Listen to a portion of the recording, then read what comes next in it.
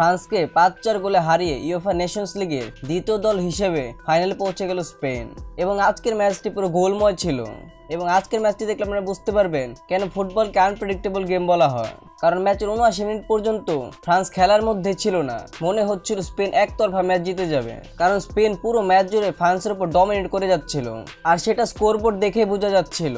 ম্যাচের 79 মিনিট পর্যন্ত ব্যবধান ছিল 5-1, কিন্তু ম্যাচের লাস্ট 10 থেকে 15 মিনিটের ভেতর ফ্রান্স অলমোস্ট কামব্যাক করে ফেলেছিল।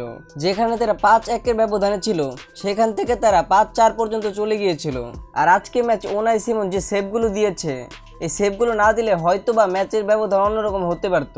কিন্তু শেষমেশ স্পেন 5-4 ব্যবধানে ম্যাচটি জিতে নিল। এবং আজকে স্পেনের শুরুটা হয়েছিল দুর্দান্ত। তারা ম্যাচের 22 এবং 25 মিনিটে মাত্র 3 মিনিটের ব্যবধানে 2টা গোল স্কোর করে ফেলেছিল। আর তাদের হয়ে আজকে ম্যাচটি শুরু করেছে তাদের ইয়াংস্টার নিকো উইলিয়ামস। সে দুর্দান্ত ফিনিশিং করে স্পেনকে 1 গোলের লিড নিয়ে দিয়েছে। এবং এর 3 মিনিটের মাথায় মিকেল মরিনো অসাধারণ একটি ফিনিশিংয়ে স্পেনের লিড আরও একটা বাড়িয়ে দিয়েছে। আর এই প্রথম 2 গোল নিকো উইলিয়ামস এবং মিকেল মরিনোর পাশাপাশি মিকেল ওয়েরজাবালেরও প্রশংসা করতে হয়। অসাধারণ 2টা পাস দিয়েছে তাদের জন্য। আর এই 2 গোল লিড নিয়ে স্পেন প্রথম হাফ শেষ করেছে। আর সেকেন্ড হাফ শুরু হওয়ার কয়েক মিনিট পরেই মাত্র 1 মিনিটের ব্যবধানে স্পেন আরও 2টা গোল স্কোর করেছে।